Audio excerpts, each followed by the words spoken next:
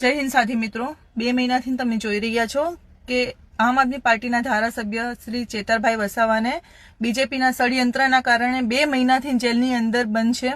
આજે જ્યારે હાઈકોર્ટની અંદર સુનાવણી થઈ છે ત્યારે સુનાવણીની અંદર કોઈ દિવસ આમાં પક્ષવાળાના એડવોકેટ હાજર નથી હોતા, કોઈ દિવસ પોલીસ પેપર્સ હાજર નથી હોતા, કોઈ દિવસ એ લોકોને એફિડેવિટ માટે એ લોકોને ટાઈમ જોવે છે। આ બધા ઢોંગ અને ધતિંગ માટે તારીખ પર તારીખ આપવામાં આવે છે। જ્યારે હાઈકોર્ટની અંદર ગઈકાલે પણ તારીખ હતી અને હાઈકોર્ટની અંદર સુપ્રીમ કોર્ટના સિનિયર જજ વિક્રમ ચૌધરીજી પોતે હાજર હતા, તો પણ તારીખ લેવામાં આવી છે।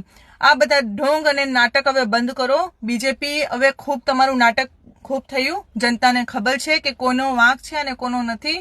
એ માટે આમ આદમી પાર્ટી હવે સખ્ત વિરોધ કરે છે અને કાલે એક્શન લેવા જઈ રહી છે। આમ આદમી પાર્ટીના ધારાસભ્ય શ્રી ચેતરભાઈ વસાવાની તાત્કાલિક જામીન સુનાવણી માટે કાલે અરજી કરવા જઈ રહી છે।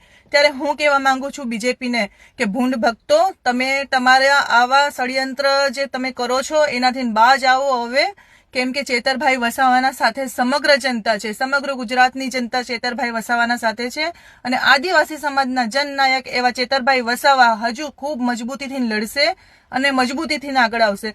તમારા અંદર એક ડર છે કે જ્યારે નગરપાલિકાની ગ્રામ પંચાયતને ઇલેક્શન માથા ઉપર છે ત્યારે ચેતરભાઈ વસાવાને ખોટી રીતે તમે ગોંધી રાખ્યા છે, કેમ કે એ લોકોનો ડર છે કે જો બહાર આવીને વધુ સીટ ના લઈ જાય।